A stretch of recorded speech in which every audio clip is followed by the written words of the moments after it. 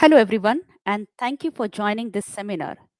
Today, we are going to explore how product companies can turbocharge their sales growth using generative AI. Generative AI or Gen AI, in short, is rapidly reshaping how companies engage customers, innovate products, and ultimately drive revenue. Over the next 30 minutes, I will walk you through key growth levers, industry examples, and challenges and leave you with clear takeaways on why time is to act now. So let me start with big picture. According to McKinsey, generative AI has the potential to unlock $4.4 trillion dollars in annual global productivity. What's even more striking is that marketing and sales are expected to capture about 75% of the value. So companies that are already adopting Gen AI are seeing real results. 75% of them report strong returns on investments, and 86% have experienced revenue growth with an average uplift of around 6%. This tells us two things. First, the technology is real and impactful. And second, the time for experimentation is over. If companies sit on sidelines, they risk being left behind the competitors who are already moving ahead. So, we will go through the four key growth levers.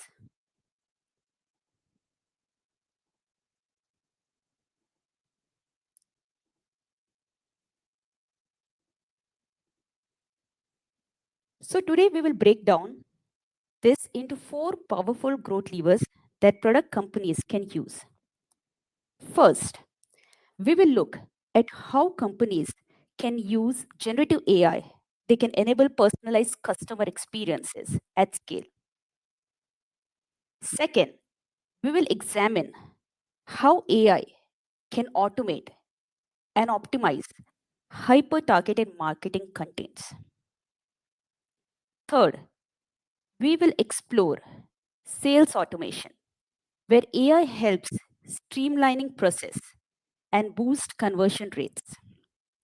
And finally, we will see how AI accelerates product innovation by speeding up design and feedback loops. Along the way, we will talk about challenges and the risk of inaction. So these are the four really, really important key growth levers that I mentioned over there. Before AI, all of these, if we talk about the sales world, were based on the personal experiences, the personal knowledge on how things were targeted. But with AI, things are being less complicated. They are helping the salespeople to do their job more.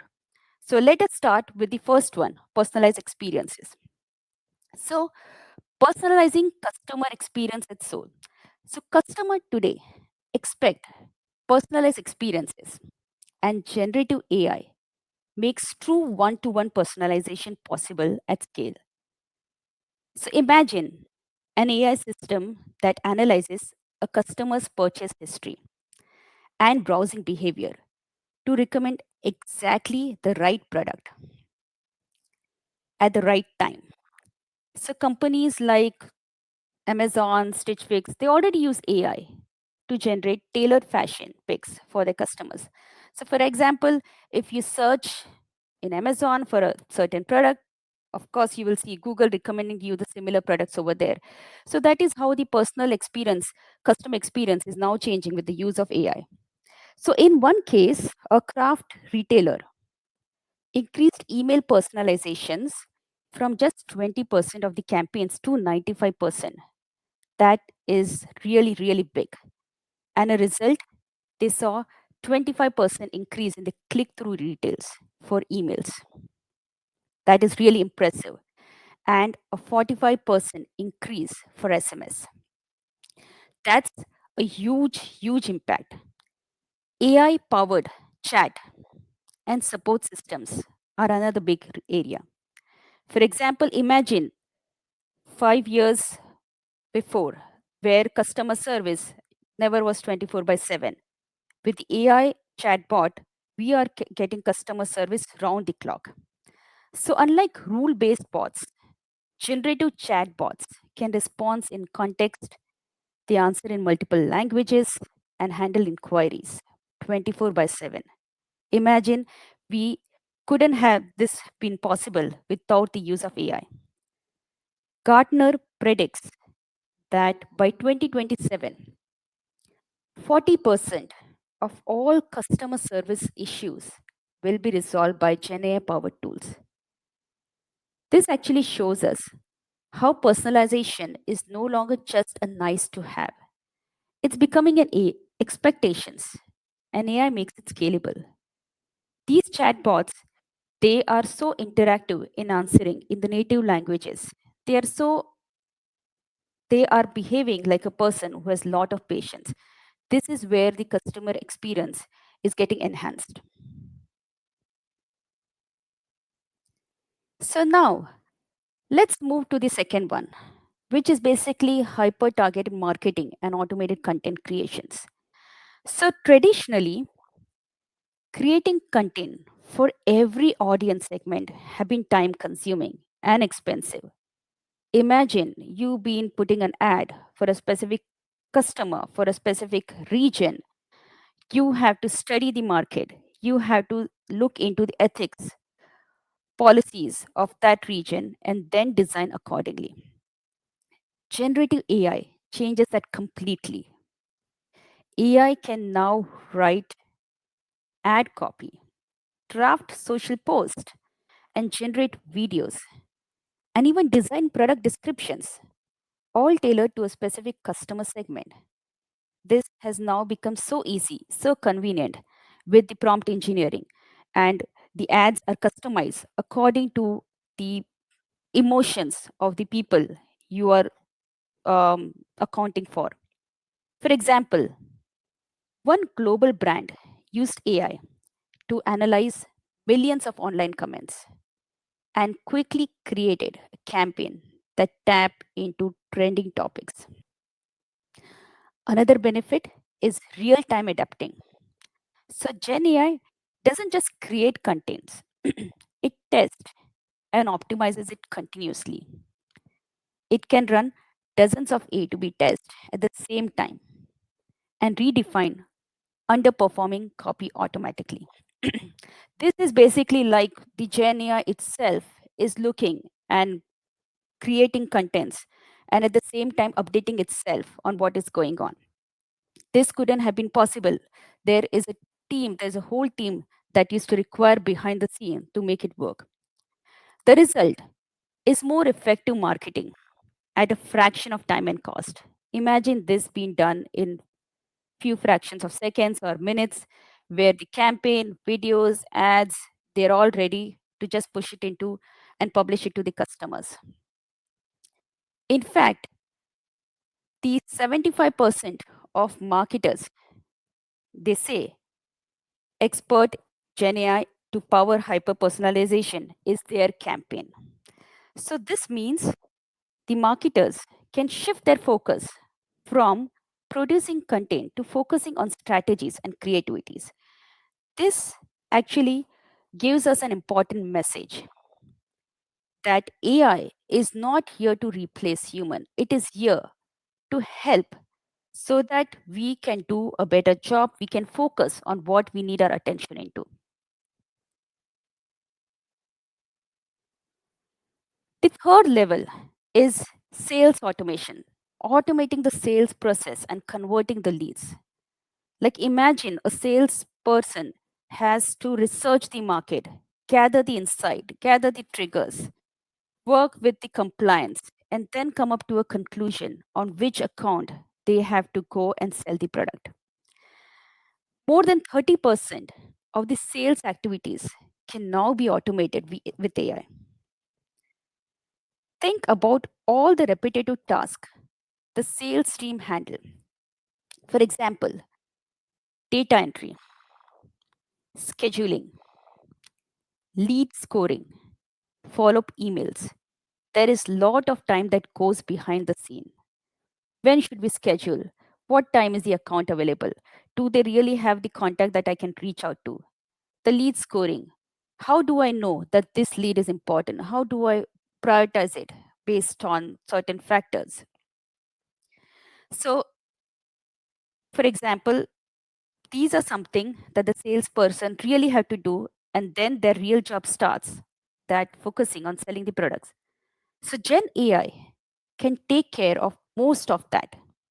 For example, the sales assistants can research before a meeting. It can research a lead. For example, if we have to call an account, our assistant, our chatbot can research a lead and then suggest us the talking points and actually provide real time coaching during negotiation. Lead scoring, powered by AI, helps prioritizing prospects most likely to choose. For example, how much revenue will I generate if I sell this account? Is it a close win? Or is this account going to take more time, but it's going to generate more revenue? According to all of these, AI actually prioritizes the aspects to us.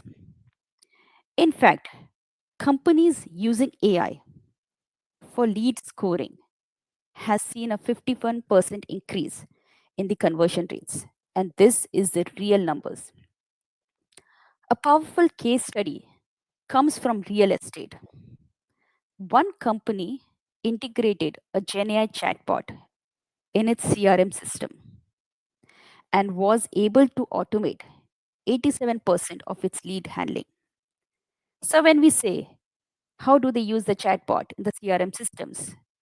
Integrate the AI in the CRM system where it does all the logic on prioritization, handling the accounts, assigning it to the salesperson, and then giving those accounts to the sales user. This alone increased the conversion rate by 25%.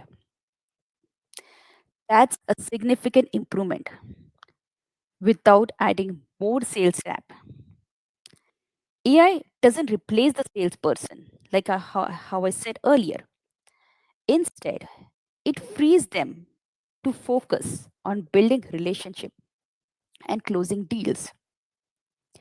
For example, once the AI has all the recommendation presented to the salesperson whom they should call to, once they call the person, they have everything. What actually happened? Why should they do? Why should they buy this product? It actually helps them to draft an email without the salesperson thinking much about gathering the information with proper language, proper ethics. It also will help them to generate the talking points the next time when they call the account. They have everything in front of them.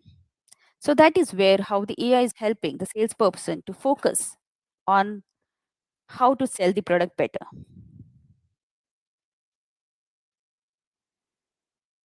So accelerating the product innovation and the feedback loop, this is the fourth most important aspect.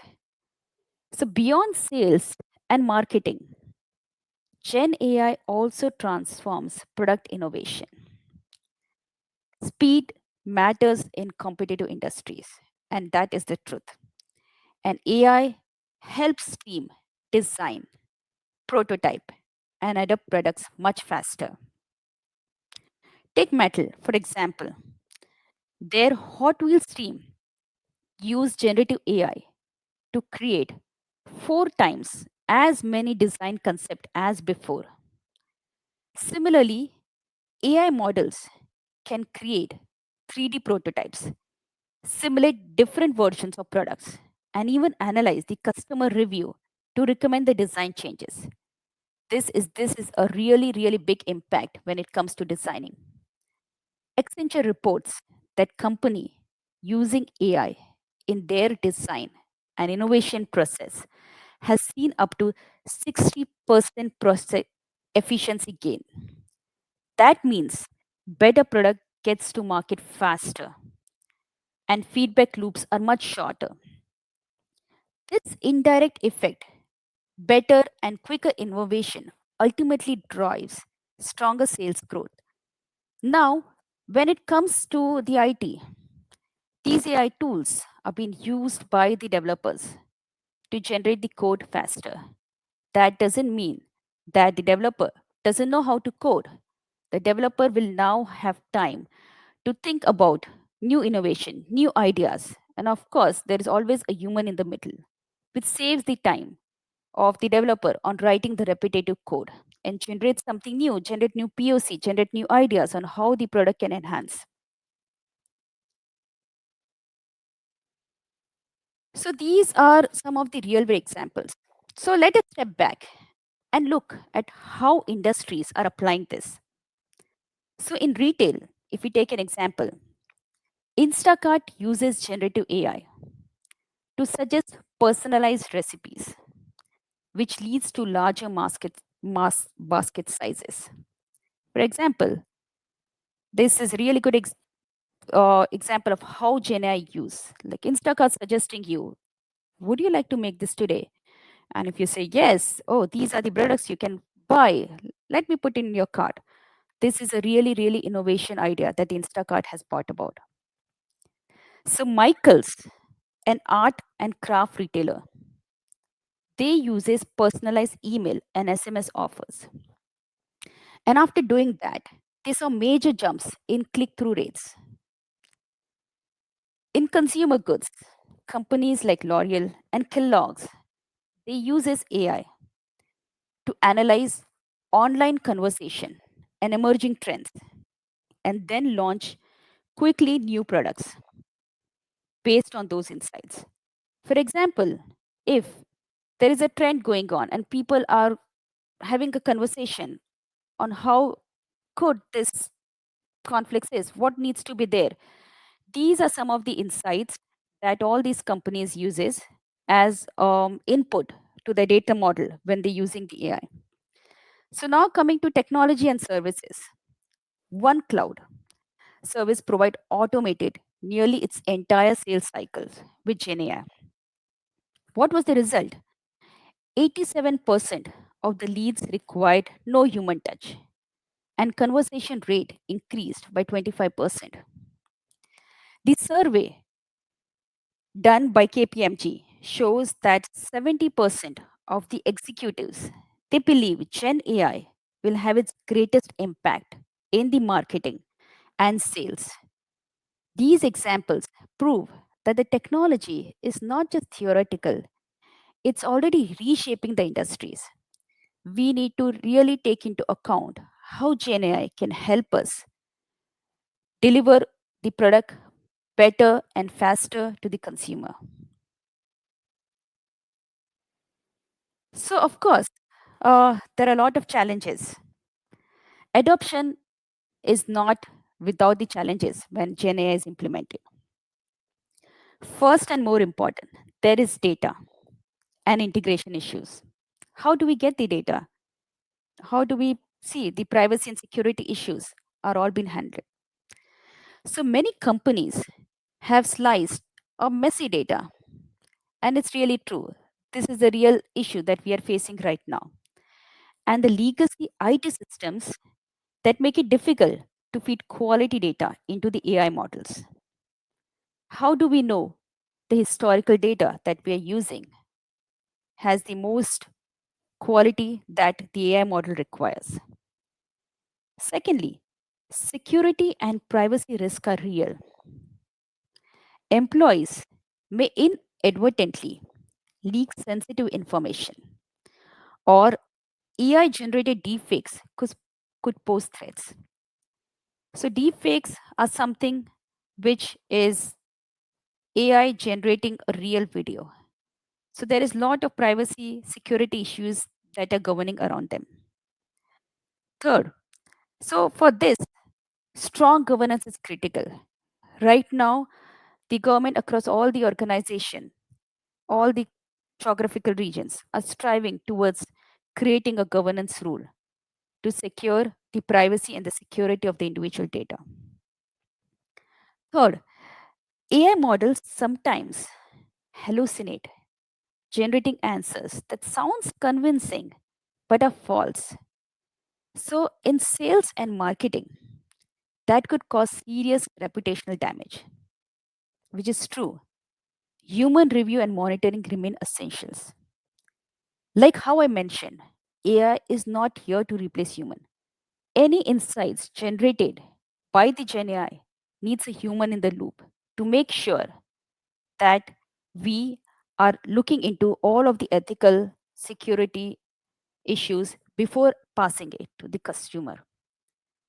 Finally, there are cost and talent gaps.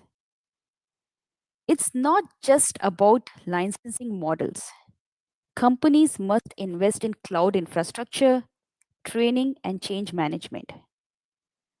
There is a difference in the percentage of how much the academia is generating the workforce which has the AI knowledge and how the companies they are implementing AI. The gap is real, and for that, the companies should start investing um, upon their workforce to train them. So that is where comes there should be training and there should be a management team.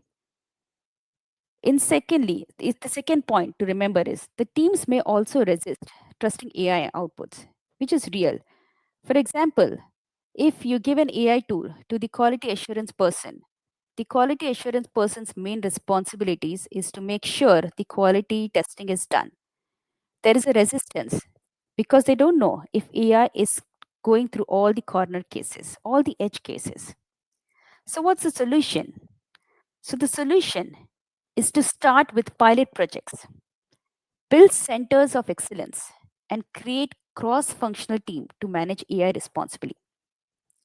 So when I say this, basically start with small, start with a smaller project. Just because the whole world is converting into AI, that doesn't mean that your organization needs to shift to AI. First thing, you need to validate whether do you need AI. Once you have the answer, invest in a smaller pilot project which uses AI. The third thing is you need to start training the internal organization because the need is real. Start with workshops, seminars, hackathons, POCs. Once it is there, you need to build center of excellence, which actually incorporates all the security, all the liabilities, ethical issues are being taken care where AI is being done. And then there needs to be a cross-functional team to manage it. Because with the invention of AI, it's not just the technical aspect. Everybody can do everything. That's how AI is there. There needs to be strong cross functional team management. Once you do all of these things, the benefits are real, but the execution must be really, really thoughtful.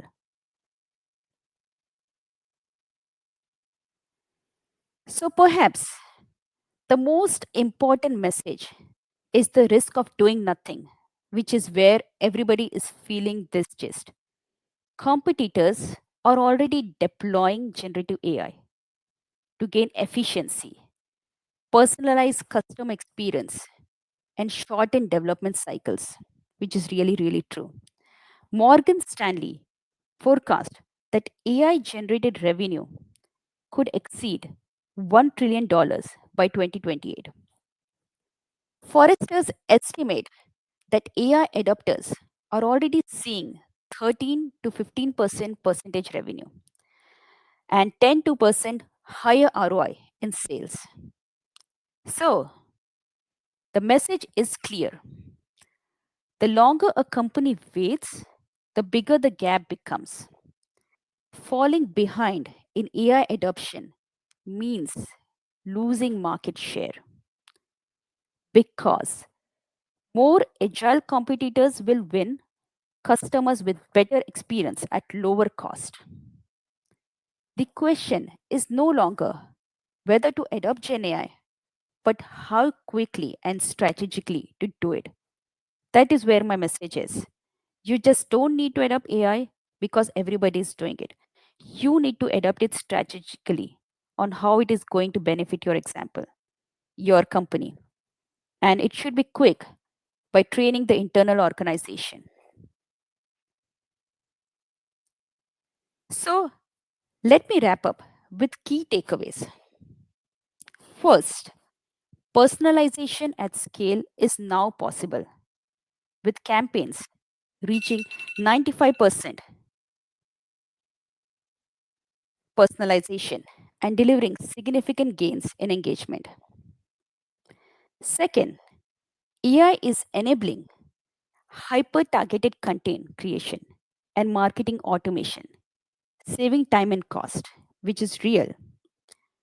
Third most is sales automation is proving to be a game changer, handling up to 85% of the leads automatically while boosting conversations. And the last and the most important is innovation is accelerating with companies generating up to 4 times as many as product concepts in less time, all because of the use of AI.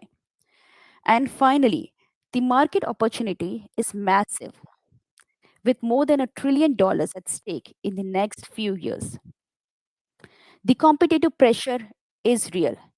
Generative AI is a sales multiplier, and the time to act is now. Thank you so much.